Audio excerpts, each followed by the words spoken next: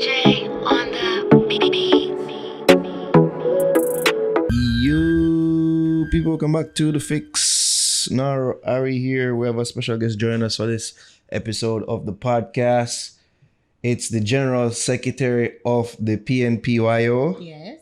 Peta-Gaye Ferguson. There we go, joining us here. Y'all conferenced out? Yeah. I've never been to one of those conferences though. Like how them usually stay. So actually, this is my second annual conference. Yeah. So because the past 2 years. whenever we had virtual conferences during COVID-19. And my first conference before that was 2019. And that was okay. Yeah. But it's my first time attending conference and being there like from the get-go. And I was pretty much involved in The organizing. So it's my first time having this experience at a physical conference. I was shocked. Why? I was taken aback because, like, all right, so we're there, and you're expecting to see the comrades out, but as the day went on, and then I saw the crowd, and then what was not only what was in the arena, but what was outside, like witnessing that in person was like something for me. And it really gave me this drive and this, like, just Monday morning when I got up, of course I did frost out Sunday after conference, don't sleep the entire time, but when I got up Monday, I just felt a new buzz of energy coming in, and I felt so proud. And then the calls, the comments from media, comrades, supporters, and persons who were just looking on. It was really a good show. A lot of work on the back end, but just the feel that comrades got from it, that alone was enough for me. It was just fulfilling. What was the theme? There usually is a theme, right? Time come. Time come, okay. Time come for what?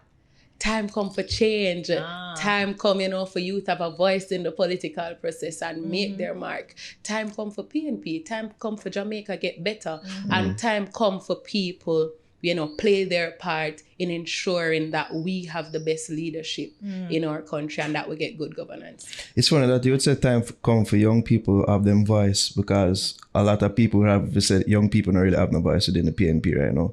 There's an infamous clip going around, and I think Abka Fitzhenry did post where somebody same day at the conference, I be old people, be people like himself, about him hardly see any young people. Did you see that clip there? No. You know, see it out there, can play it for you? Yeah, you can play it.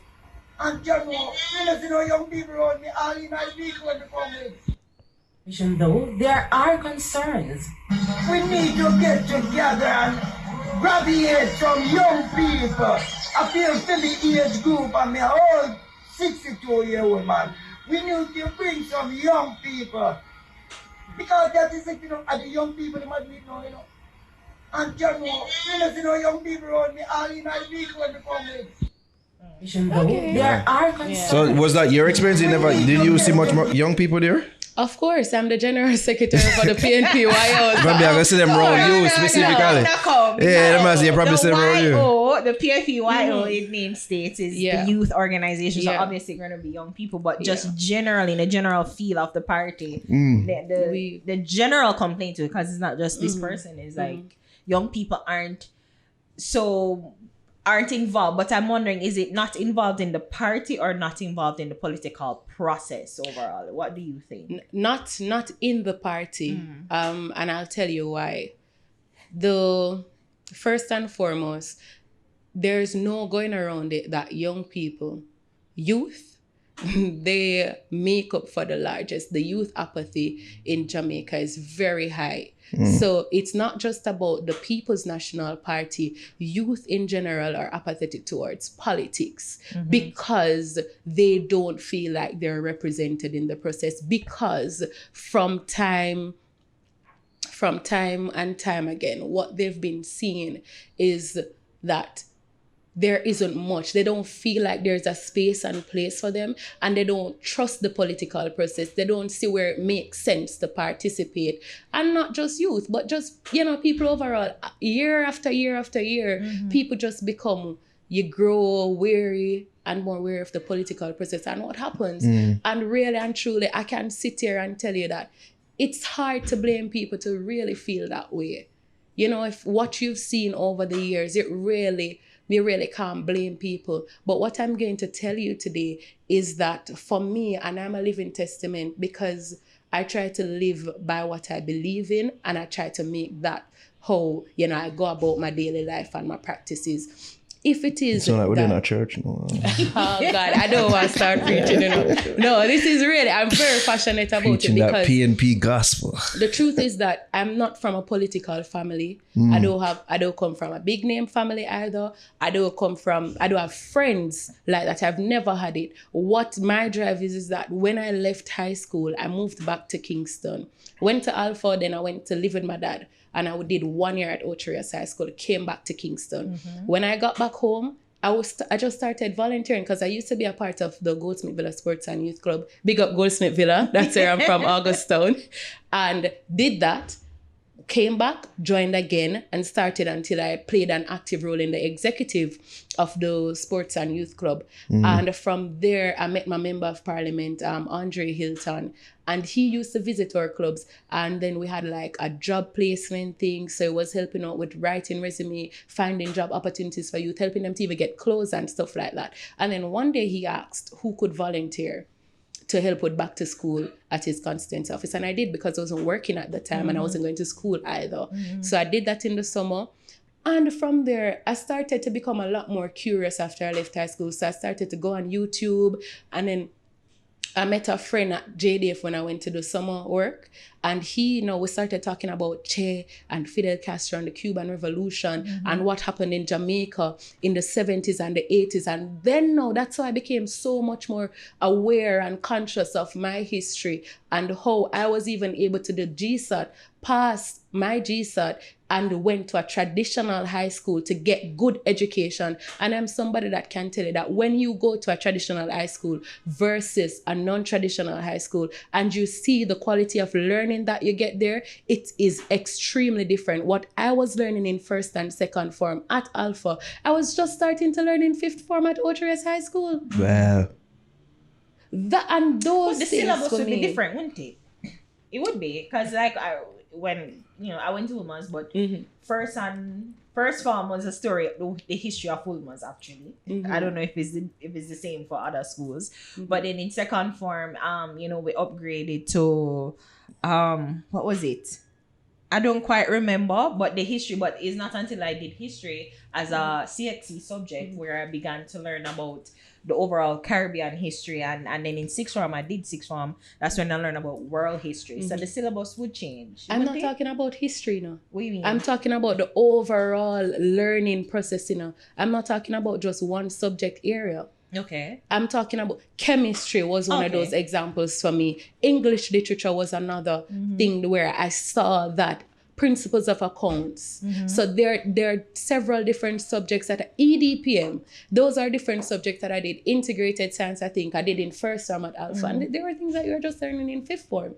And remember, at the end of the day, when you go to sit CXC, there's no differentiation in what you get on that paper. Everybody sits the same exam. Right. And also I can tell you that when I look at those things, being able to get that opportunity, knowing the background that I'm coming from, that I'm not from any affluent family or anything like that, just a child that grew up in the ghetto, could do her schoolwork and got the opportunity to pass for a good school to get that quality education and to be able to move out of the community that I'm from, to be exposed to a different environment with different type of children. You get that diverse experience, and then you were around adults who really cared about your development and your overall growth and being. And so you were hearing people telling you about what you could be, your potential, how loved you are, you're a lady, you should sit this way, act this way. You got a chance to see yourself develop and become something. From second form, my English literature teacher told me, she said, you're going to become something one day. And I never forget that.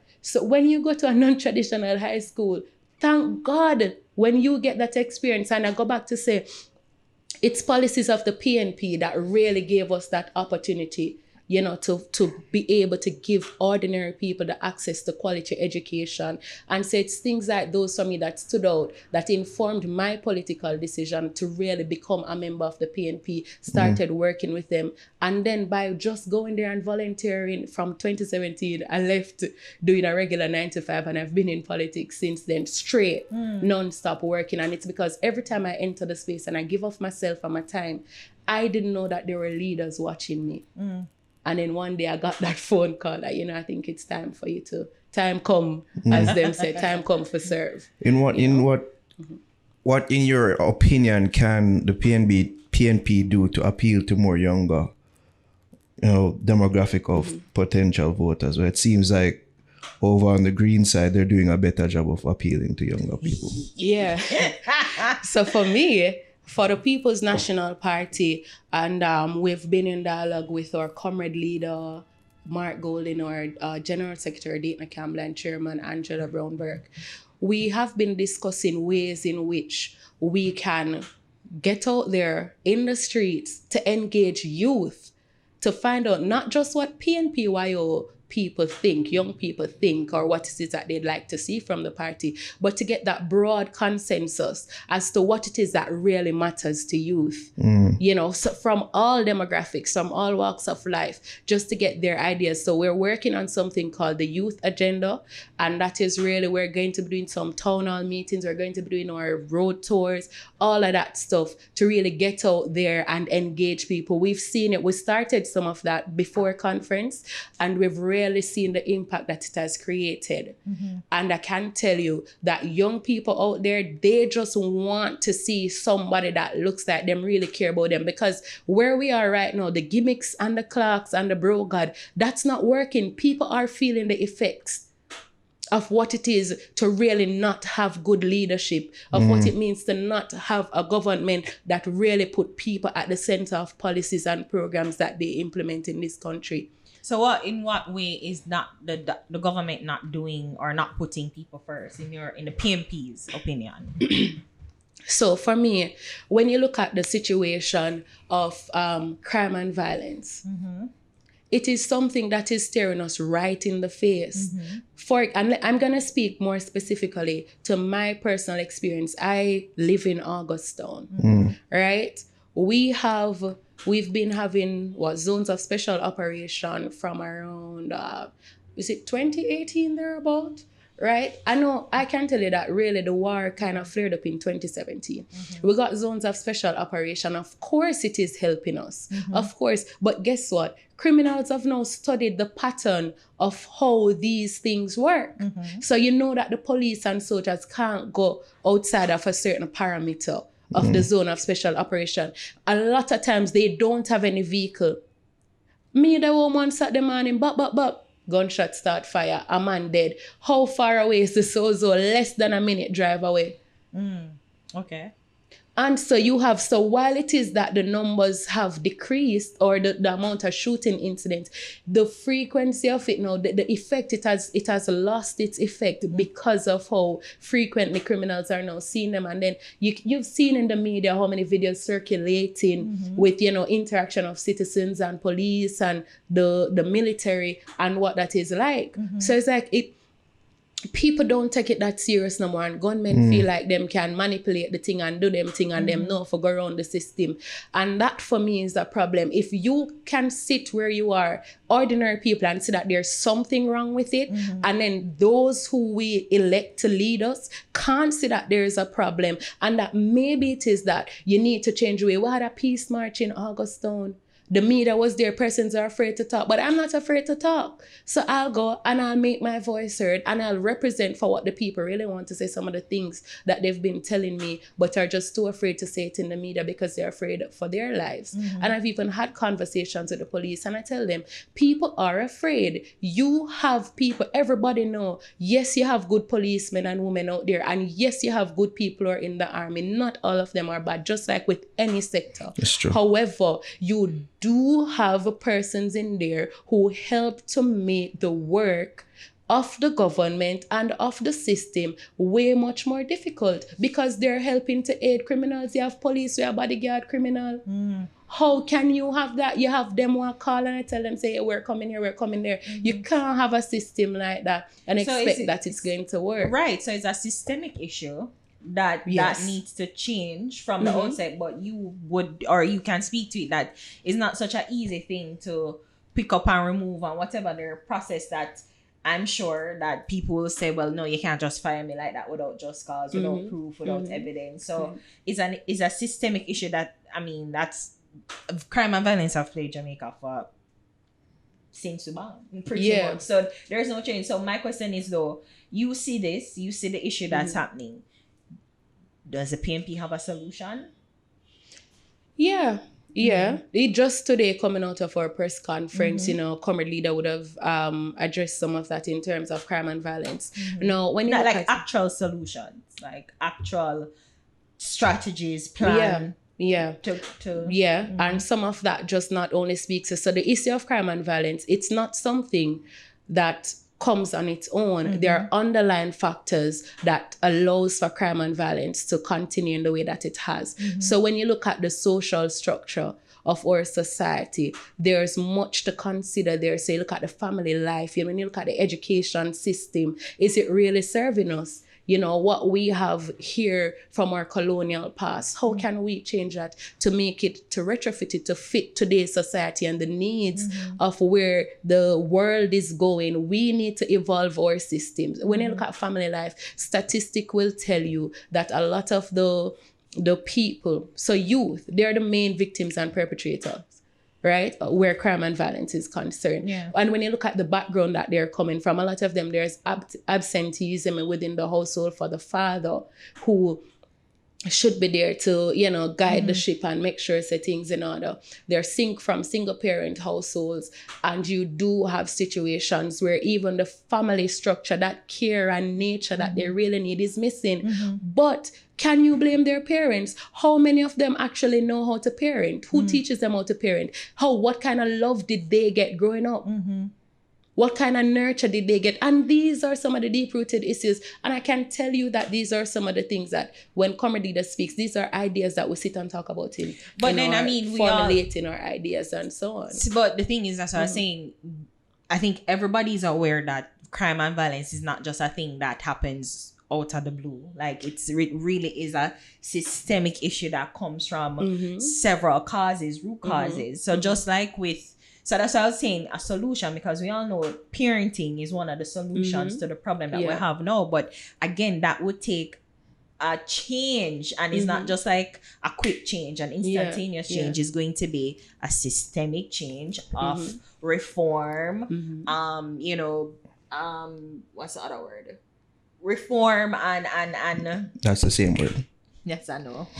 Well, you get it. I get where you're going. So that's what I'm saying. Like, is there any solution, practical solution that the PNP has that can stem crime and violence now? Because yes, we know that we need for change the parenting, the educational system, job opportunities, employment, access to opportunities, else whatever opportunities.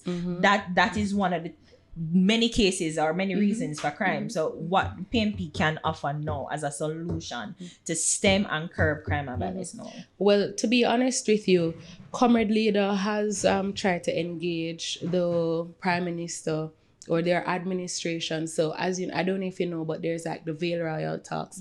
In these sessions is where both the opposition and the government of the day sit down, discuss the issues, come up with ideas and ways in which they can resolve them. There's also CMAC and those different settings where they come together to discuss the ideas, and they do share them there. But a lot of the time what you find is that there is, though they politicize the way in which they address the issues. And so, for example, I don't know if you know, but coming out of they meaning who? Meaning politicians overall. I'm talking about the government of the day. No, so if you notice, the media. Okay. No, not the media. No, not the media. No, or if it's one side more than the other. The government of the day. There's some sort of politicization of matter in terms of how you address it. And so comrade leader will share ideas. We've done numerous press conferences, sharing ideas, putting it out there, writing to them, and then at the end of the day, nothing comes up. But all you hear is that the opposition is against state of emergency. The opposition is against those things, when it isn't so. Because while it is that you're trying to ensure that there's law and order, at the end of the day, you do not want to have a society where the government will continue to breach the right of citizens. And to what extent does it go and where does it stop? Is it your address that determines the how flexible the law is for you? Or does the same law applies whether you have this address or that address? Right. Or you're from this background or that background? But I do know, I'm telling you, they have those talks. Ideas are always coming out of press conferences and sharing with the government at the end of the day, in parliament, outside of parliament. However, what you don't find is that those ideas they take it up. Same like how them can come out and take the manifesto idea from 2020 for NHT and housing and stuff like that, and even subsidizing the JPS bill. That was something coming out of our 2020 manifesto. But they give it some time, make it cool off, and then bring it as if, this is what the JLP is bringing. So they co-opted it. Yeah. So the same way you can take those ideas, take the suggestions that the opposition is giving because it is for the benefit of the people. At the end of the day, people's lives matter. So and that is it. But I can tell you, personally, what I feel is that the quality of leadership that we get in this country, the citizens are equally as responsible as the government is at the end of the government of the day is. Because of the fact that when we elect our leaders, we elect them based on the manifesto. Well, I would love to hope that we elect them based on the manifesto that is presented. No. That manifesto should become the mandate. No. And we should hold it. You see? So we should be holding them accountable. But I think we give up our power. So we vote, some of us vote, and then a selected few decides how our country is run, right? And then the majority just sit back and say, I saw the thing said, I'm not going to participate. It don't make no sense, but it does make sense because the power of the people is greater than the people in power. That is the democracy that we have in Jamaica, but not a lot of people understand their power, and we don't come together and unite for anything. You don't, not because you're J or P or you're nothing, means that if there's an issue, we can't come together and say, this is happening, we're fed up, we want change, and something must be done. Just like with the Rocky Meat situation, they did that, and as soon as people started talking out, what do we hear the next in the media? He has declined it. Right, you're right. Public pressure. So if citizens don't learn to come together to advocate and to demand better and to hold the government at the end of the day to account, then we're forever going to be in a situation where a few people who can bother and probably don't care how the end result affects them will get up and go to the polls and make a decision for the majority of us living here who can never, there are those of us who can't leave and go nowhere else. We're gonna forever be here. We can't move a family and go, if the country should drop down upon we tomorrow morning, we can't move a family, go to another country or relocate. We have to stay here. So what is it that you're doing to ensure that you live in the Jamaica that you want to see? So speaking... More go back to the point about, at least the question that I asked about the party ingratiating themselves to a younger demographic, because they said that Cameron leader don't, at least part of the plan is not taking part in gimmickry. But we see him take part in a gimmickry before, like social media and them things. And we see him a pander to the people. So I wonder, is that a part of the plan, like TikTok and Instagram and them things, being more, present and because on those platforms? Yeah. Well, you want to have a presence there because you have people there that vote, and then you want to ensure that the message is translated in a way where people from all demographics can relate to that message. So, content, how you share it, Twitter is different from how you post on IG, it's different from how you post on Facebook, so on TikTok again, and so on and so forth. And so you do those things because from time to time, you get people asking him questions on TikTok, and then he'll respond to them. And so it's a way to ensure that you're reaching a wide base. I want to know, how is it that you balance, though, him coming off as following Andrew or trying to be Andrew 2.0 and actually, you know, attempting to be affable to young people? Because, I mean, based on, because to piggyback on his question, I don't know if that's the party's opinion as well, but most people think that Lisa Hannah, it was a headline in the Gleaner, that she should have been, calls for her, should have been the party leader. So, things like that. So there's a division. We obviously know that there's a division in the party, but I guess now you guys are coming together. Yeah. For the most part. So, how can the party itself and Mark as a leader, like, relate to people in a way that would make them want to vote for them? Because it's not the manifesto that make people vote for them. It's really the enough people voting. The leader. And many people would have, or many PNP people would have wanted Lisa Hannah to head the party. Many PNP people. No, remember in the PNP, people who vote we have PNP. That's the better way to say. Comrades. No, in the PNP, we do have a democratic process in terms of how we choose our leaders and so on.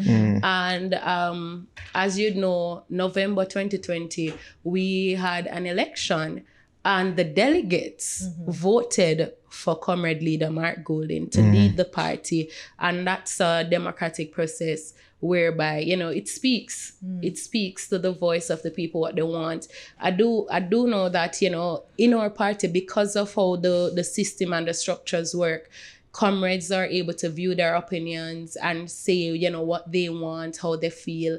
And I appreciate that process. But at the end of the day, the majority of delegates voted for Comrade Leader.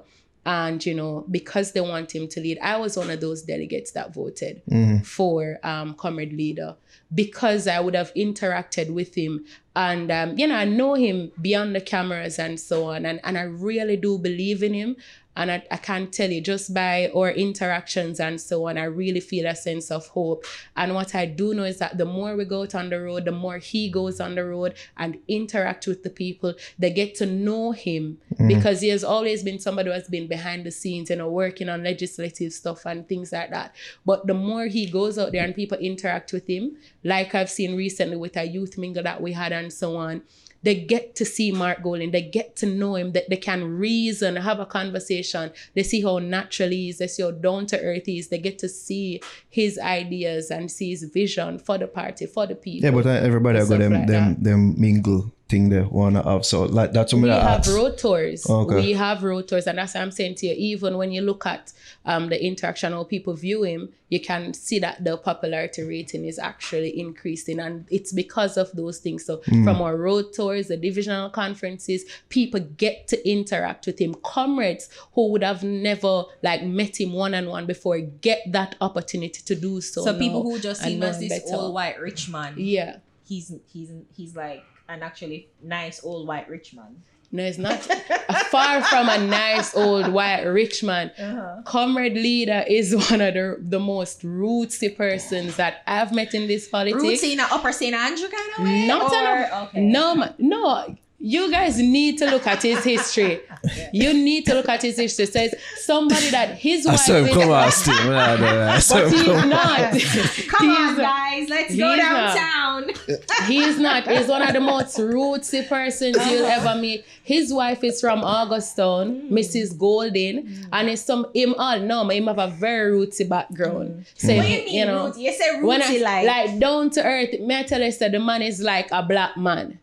That is how I'm operating. Like I swear to God. Yes, because I'm telling you, just like how you said, people say, you'd say he's a white man, right? A rich white man. But the person that I know and that I've met, he's authentic. He's Jamaican to his core, and I see him as an ordinary Jamaican. That's how that's how you see, but to whole heap of people out there, as me allude to my initial question that Ari co-opted, is that him come off as a pander and like him trying to be Andrew 2.0. So that's something that I ask you. How is it that he can not come off that way while still being affable or appearing to be affable to a younger, demographic? Yeah.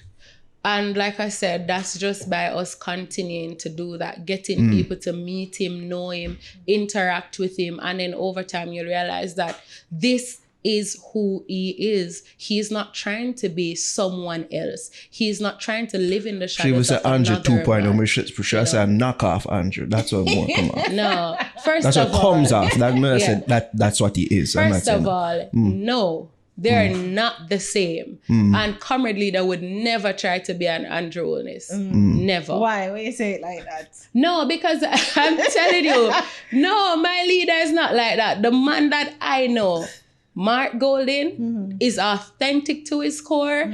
And you can tell that this man is genuine about his cause, him being here and serving the people. So you're saying I cannot say the same about Andrew Have Onis. you met Minister? Sorry. Have you met him? No, I've not had that many interactions. I've never interacted with him on that level. But I can tell you, from how I see him lead the country, that is not my leader. From what me I see, that is not my leader. Cause I don't need it all the time, but when I call, pick up that line. Yeah, you're my friend and you'll always be, but sometimes I really need release. My friend close talks, you are indeed. Talk to you. Bench truck daily and a smart jeep. No one left for my dinner, used to study. They never want me to live like a true audience. God bro jump, now the big man make we start race. In my 20s, I'ma reach out already. Moon capri. Chop a money down south, don't make it ground door close hard. The market's fast and I go cat. One press, move every crowd part. Hey, you're not chop, cut that shit, move that phone. Buy a beam, I'm a friend, buy a new brand chop.